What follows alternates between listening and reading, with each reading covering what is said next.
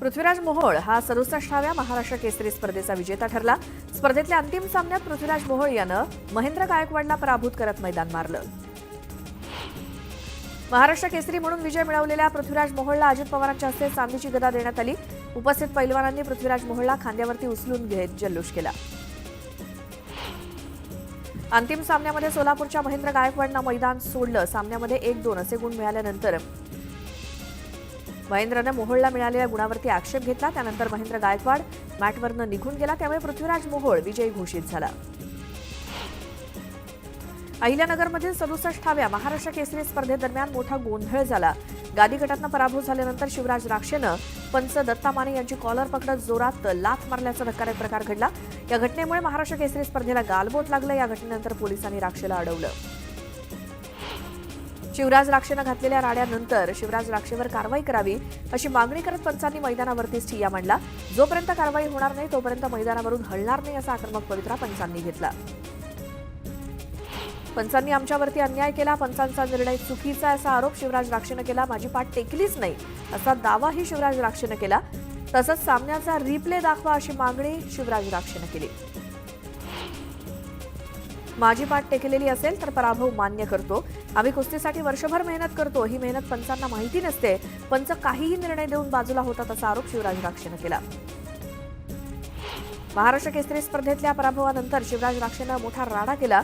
दरम्यान शिवराजच्या पराभवाचा निर्णय अमान्य असून पंचांनी जाणून बुजून चुकीचा निर्णय दिला असा थेट आरोप काका पवार यांनी केला।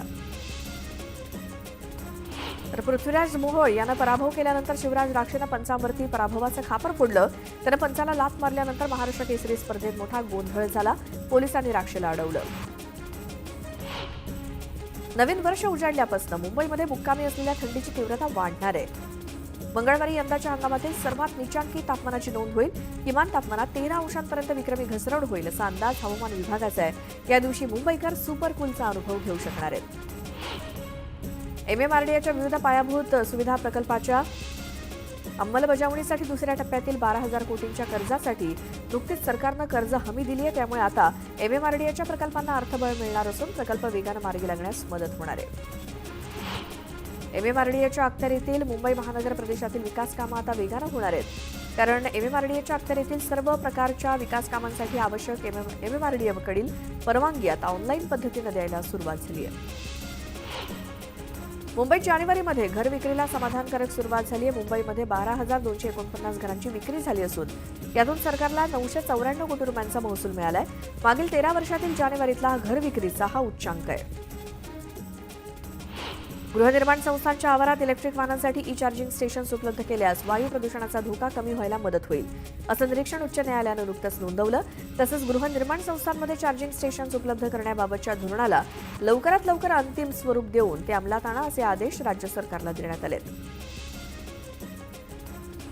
मंत्रालयामध्ये प्रवेशासाठी लागू करण्यात आलेल्या फेस डिटेक्शनवरती आधारित FRS तंत्रज्ञानामुळे मंत्रालयाच्या सुरक्षिततेमध्ये वाढ व्हायला मदत होणार आहे। शासकीय अधिकारी, कर्मचारी, लोकप्रतिनिधी या सगळ्यांना या प्रणालीसाठीची आवश्यक नोंदणी करून घ्यावी लागणार आहे। मुंबई मध्य रेल्वे CSMTवरती लवकरच 150 हायटेक बॅगेज तसंच बॉडी स्कॅनिंग मशीन बसवल्या जाणार आहेत। यासाठी मध्य रेल्वेनं निविदा काढली आहे। हवेचा दर्जा सुधारण्यासाठी महानगरपालिका प्रशासनानं कंबर कसली आहे। यासाठी पालिकेनं विविध उपाययोजना राबवल्या असून अद्ययावत यंत्रांच्या खरेदीवर सुद्धा भर दिलाय। मुंबईतील धुळीवरती नियंत्रण मिळवण्यासाठी पालिकेनं बॅटरीवरती चालणारी धूळ शोषणारी यंत्र खरेदी करण्याचा निर्णय घेतलाय। मुंबईच्या अनेक भागात पाणी गळती, कमी दाबानं पाणी पुरवठा होणं, दूषित आणि अपुरा पाणी पुरवठा या समस्यांशी सामना करावा लागतोय। त्यामुळे पालिकेनं विविध विभागातील जलवाहिन्यांच्या दुरुस्तीची आणि सिमेंट काँक्रिटीकरणाची जवळपास 300 कोटींची कामं हाती घेतली आहेत। कुर्ला, घाटकोपर, भांडूप, मुलुंड, चेंबूर, वांद्रे, मालाड, कांदिवली, बोरिवली, गोरेगाव, दहिसरचा यात समावेश आहे। जानेवारीत देशातील वीज वापर 2.7% वाढून तो 137.49 अब्ज युनिट इतका झाला। या काळात तापमान सामान्यपेक्षा कमी झाल्यामुळे गीझर यासारख्या उपकरणाचा वापर कमी झाला।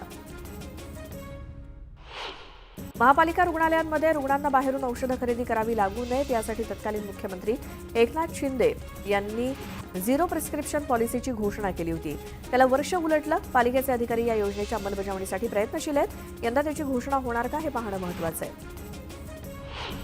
वीरमाता जिजाबाई भोसले वनस्पती उद्यान आणि प्राणी संग्रहालयासाठी पालिकेनं गेल्या अर्थसंकल्पात केलेली तरतूद कागदावरतीच असल्याचं दिसतंय. प्रस्तावित केलेल्या प्रकल्पांना फारशी गती मिळाली नसून निविदा प्रक्रिया सुरू असल्याची माहिती अधिकाऱ्यांनी दिली.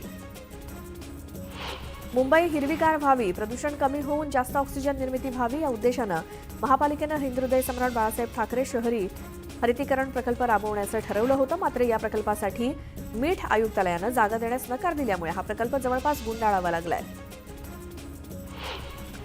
मुंबई शहर आणि मुंबई महानगर प्रदेशातील महानगरांमध्ये ढासळत चाललेल्या हवेच्या गुणवत्तेबाबत न्यायालयानं उचित पावलं उचलण्याचे निर्देश शासनाला दिलेत. पनवेलमध्ये 150च्या वर लाकूड फाटा वापरणाऱ्या प्रदूषणकारी 150 बेकरी आणि हॉटेल्स आहेत. या सगळ्यांना नोटिसांचे कागदी घोडे नाचवण्यापलीकडे ठोस कारवाई काही महापालिकेनं अद्याप केलेली नाही.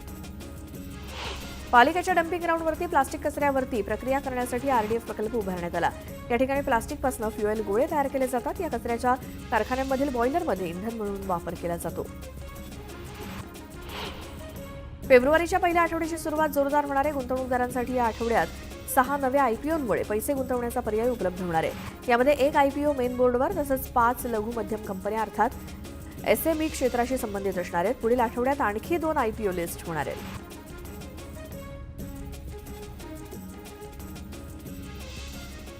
तर राज्यात गेल्या काही दिवसांपासून शिवसेनेच्या ऑपरेशन टायगरची जोरदार चर्चा रंगली आहे. मात्र आता ही फक्त चर्चा न राहता हे ऑपरेशन टायगर प्रत्यक्षात सुरू झालंय.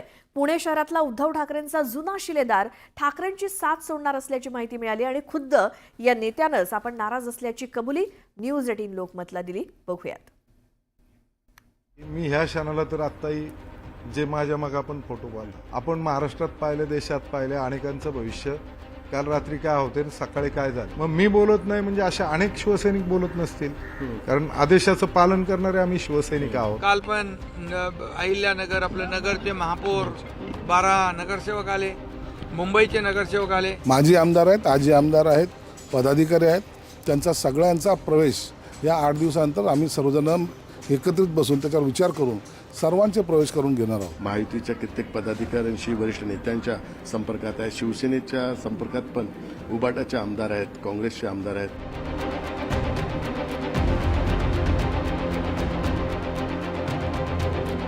शिवसेनेचं ऑपरेशन टायगर आता पडद्यामागून नाही तर प्रत्यक्षात अगदी जोरात सुरू झालंय.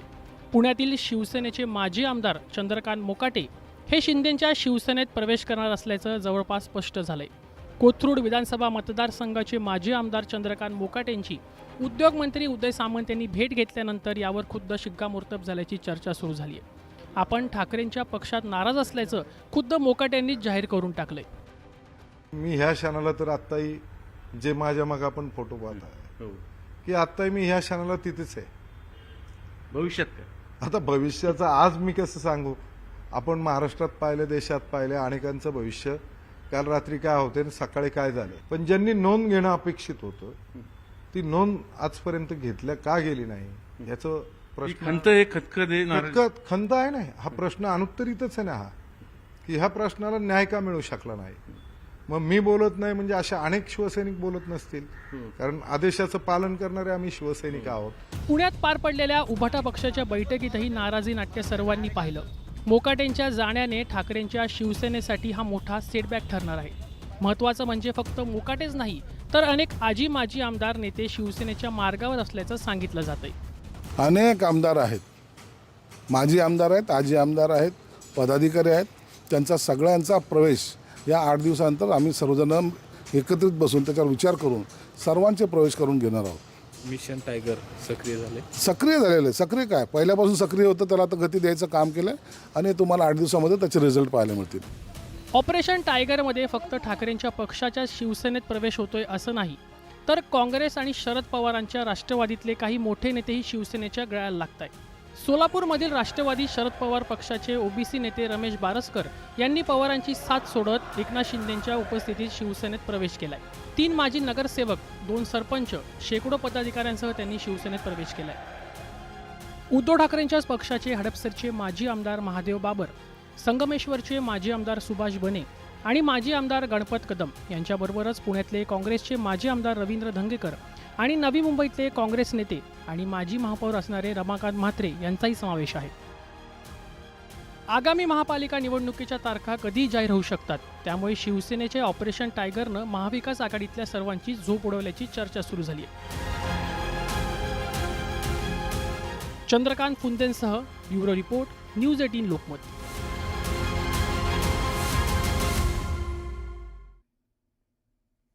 आणि आता गावाकडच्या 50 बातम्या बघूयात.